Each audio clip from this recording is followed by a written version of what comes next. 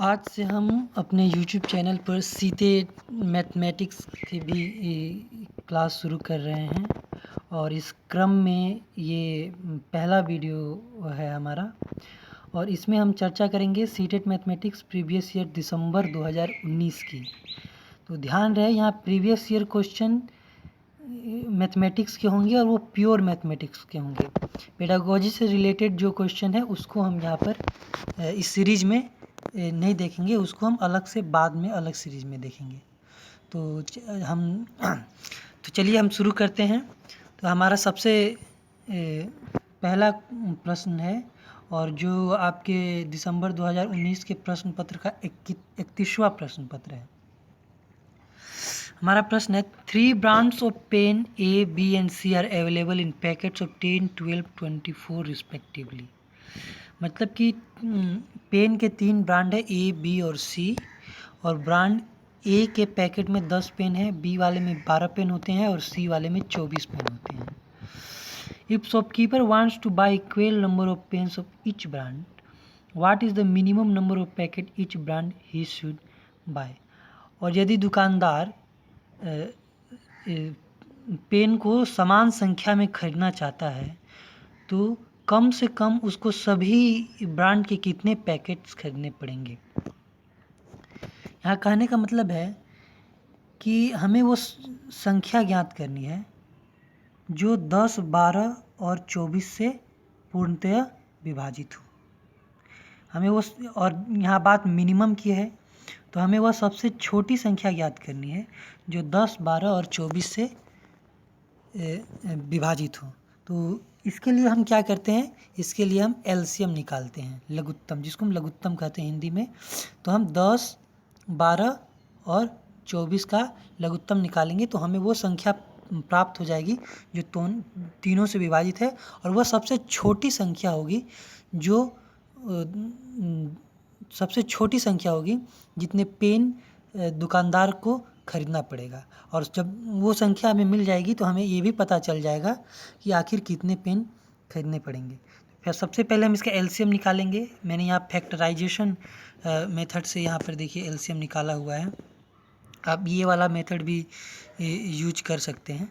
अब जैसे भी हो, यहाँ मैं एलसीएम नहीं पढ़ा रहा, फिलहाल आप एलसीएम निकालिए और आपका जो एलसीएम होगा वो 120 होगा। तो जब हमें इतना पता चल गया कि जो 120 है वही उतने ही संख्या में सभी पेन को खरीदना पड़ेगा कम से कम दुकानदार को, यदि वो बराबर संख्या में पेन को खरीदना चाहता है। तो अब हमें जानना है कि मिनिमम कितने पैकेट खरीदने पड़ेंगे। तो ये तो बहुत ही आसान है कि अब हमें पता चल गया है कि 120 पेन खरीदना है। तो पहले जो ए ब्रांड था उसमें 10 पेन थे तो उसको 120 से विभाजित करेंगे तो 12 पैकेट आंसर आएगा, यानी ए ब्रांड के 12 पैकेट खरीदने पड़ेंगे। इसी तरह बी ब्रांड में 12 पेन थे तो उसको 120 से डिवाइड करेंगे तो 10 आएगा, यानी बी ब्रांड के 10 पेन खरीदने पड़ेंगे। इसी प्रकार सी वाले ब्रांड में 24 पेन थे और 120 उन्हें पेन खरीदना है दुकानदार को तो उसको 5 पैकेट कम से कम खरीदना पड़ेगा।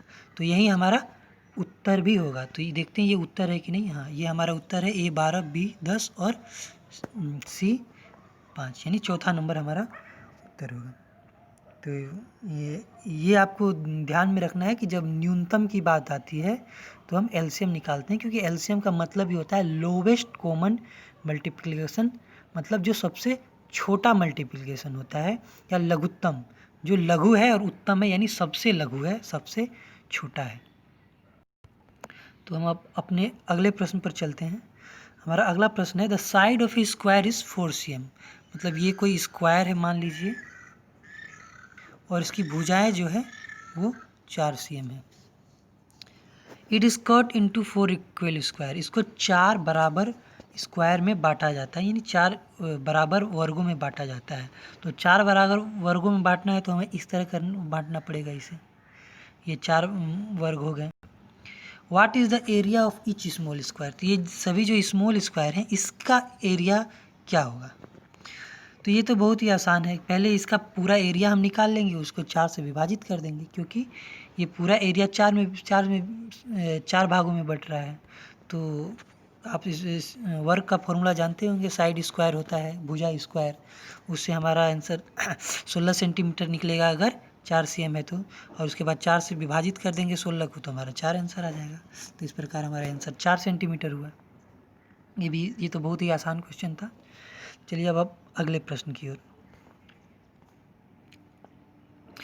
अगला प्रश्न है, ये थोड़ा, इसमें कुछ लोग बहुत कंफ्यूज रहते हैं। ये बहुत ही आसान प्रश्न है, ऐसे आप इसे थोड़ा ध्यान से समझिएगा कि which of the statement is not correct. All prime numbers are odd number, ये मतलब इसमें से कौन सा स्टेटमेंट गलत है, करेक्ट सही नहीं है। तो सबसे पहला स्टेटमेंट है all prime numbers are odd number. तो आप जानते हैं प्राइम नंबर उस संख्या को कहते हैं जो एक से विभाजित हो और खुद से विभाजित हो, लेकिन एक शामिल उसमें नहीं होता। तो सबसे छोटा जो हमारा प्राइम नंबर होता है वो होता है 2, उसके बाद 3, उसके बाद 5, उसके बाद 7, उसके बाद 11, 13, इस तरह ये हमारा प्राइम नंबर का क्रम चलता है। और ओड नंबर जो होता है, और प्राइम नंबर को हिंदी में अभाज्य संख्या कहते हैं, और जो ओड नंबर होता है, विषम संख्याएं होती हैं, वो संख्याएं होती हैं जो 2 से विभाजित ना हो। मतलब कि 1, 3, 5, 7, 9, 11, 13 इस तरह करके हमारा ओड नंबर यानी विषम संख्या चलती है। तो यहाँ बोल रहा है कि क्या सभी अभाज्य संख्याएं विषम संख्याएं होती हैं? तो नहीं, क्योंकि आप ये देखिए 2 जो है वो अभाज्य संख्या है, लेकिन वो विषम संख्या नहीं है। तो 2 ही एक ऐसा अभाज्य संख्या है जो कि विषम संख्या नहीं है, बाकी सभी अभाज्य संख्याएं विषम संख्याएं होती है। लेकिन यहाँ ओल की बात की है, क्या सभी अभाज्य संख्याएं विषम संख्या होती है? तो नहीं होती है, क्योंकि 2 अभाज्य संख्या तो है लेकिन विषम संख्या नहीं है। इसका मतलब ये जो स्टेटमेंट है वो इन करेक्ट है, और पहले ही हमें अपना उत्तर मिल गया। तो बाकी ऑप्शन को देखने की ज़रूरत नहीं है, लेकिन आप फिर भी देखना चाहें तो देख सकते हैं। There are infinitely many prime number, सही है। अभाज्य संख्या असंख्य होती हैं, क्योंकि जब जो संख्या होती है वो असंख्य होती है, तो अभाज्य संख्या भी असंख्य होंगी। The prime number has only 2 factor, has only 2 factors, ये बात भी सही है। प्राइम नंबर के सिर्फ 2 फैक्टर्स होते हैं, मतलब फैक्टर का मतलब होता है वो संख्या जिससे वो विभाजित हो जाती है। तो कोई भी प्राइम नंबर होता है तो या तो वो खुद से विभाजित होता है या तो 1 से विभाजित होता है। तो इसका मतलब इसका 2 ही फैक्टर हो सकता है। जैसे 2 है 1 से विभाजित होगा और 2 से होगा, 3 है 1 से होगा 3 से होगा, 5 है 1 से होगा 5 से होगा। तो इस तरह ये स्टेटमेंट भी सही है। There are only 4 single digit prime number, ये स्टेटमेंट भी सही है, क्योंकि एक अंक वाली 4 अभाज्य संख्याएं ही है। एक है 2, एक है 3, एक है 5 और एक है 7। उसके बाद 2 अंक वाली अभाज्य संख्याएं शुरू हो जाती हैं। तो ये भी बहुत ही आसान प्रश्न था। खैर, अगर आप अभ्यास करके जाएंगे तो अधिकतम प्रश्न आसान ही होंगे, क्योंकि मैथमेटिक्स के लिए अभ्यास बहुत ज़रूरी है। तो हमारा अगला प्रश्न है, A number that is divisible by all the numbers from 1 to 10 both inclusive is, मतलब ऐसी संख्या जो 1 से लेकर 10 तक सभी संख्याओं से विभाजित हो, और 1 और 10 को मिलाकर। तो एक तो इसको तो ये तो बहुत ही आसानी, इसको हम एलिमिनेशन मेथड से बहुत ही आसानी से सोल्व कर सकते हैं। अब जैसे 10 को लीजिए, तो 10 1 से विभाजित होगा, 2 से होगा, 3 से नहीं होगा। 100 भी 3 से कभी विभाजित नहीं होगा। और 604 है, तो ये तो अब हो सकता है किसी से विभाजित हो, लेकिन 10 से तो नहीं ही होगा, क्योंकि 10 से जो भी संख्या विभाजित होती है उसके अंत में 0 जरूर होता है। तो ये तो पहले ही पता चल गया 10 से विभाजित नहीं होगा, और 5 से भी नहीं होगा, क्योंकि 5 से जो भी संख्या विभाजित होती है उसके अंत में 5 या 0 जरूर होता है। तो यहाँ वो नहीं है, तो इसका मतलब ये 5 10 से विभाजित नहीं है, तो ये भी आपका आंसर नहीं होगा। तो ये तीनों ऑप्शन जो हैं गलत है, तो बचा 1। अब आप इसको चेक करना है तो कर लीजिए, अदरवाइज जब 3 ख़त्म हो गए तो 1 ही बचा, वही आंसर होगा। आप इसे चेक कर सकते हैं 1 से सभी संख्याओं से विभाजित कर, लेकिन परीक्षा के समय आपको उतना समय नहीं होता है। तो ये एलिमिनेशन मेथड जो है बहुत ही इफ़ेक्टिव तरीके से बहुत कम समय में आपके प्रश्नों का उत्तर पाने में मदद करता है। तो चलिए हम अपने अगले प्रश्न की ओर चलते हैं जी। तो हमारा अगला प्रश्न है कि Ayesha has only 5 and 10 coins with her, यानी आयशा के पास सिर्फ ₹5 और ₹10 के कॉइन है। If the total number of coins she has is 25 and the amount of money with her is 160 then number of 5 और 10 कॉइन्स विथ हर आर।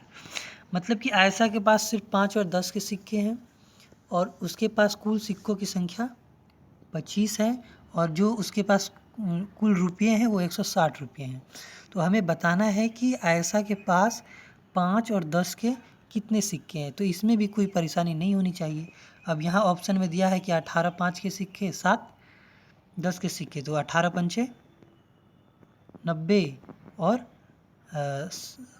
7 गुना 10 के सिक्के बराबर 70।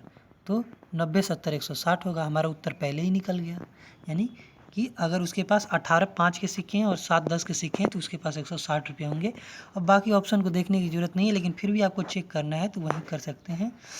एक को 5 से गुना कीजिए और दूसरे को 10 से कीजिए। एक को 5 से, एक को 10 से और जोड़ दीजिए, आपको पता चल जाएगा कि 160 नहीं होता है। तो यहाँ करके मैं इस वीडियो को समाप्त करता हूँ और अगले वीडियो में मैं बाकी प्रश्नों का खुद सोल्व करूँगा। धन्यवाद। उम्मीद करता हूँ कि ये आपको बहुत अच्छे से समझ में आ गया होगा।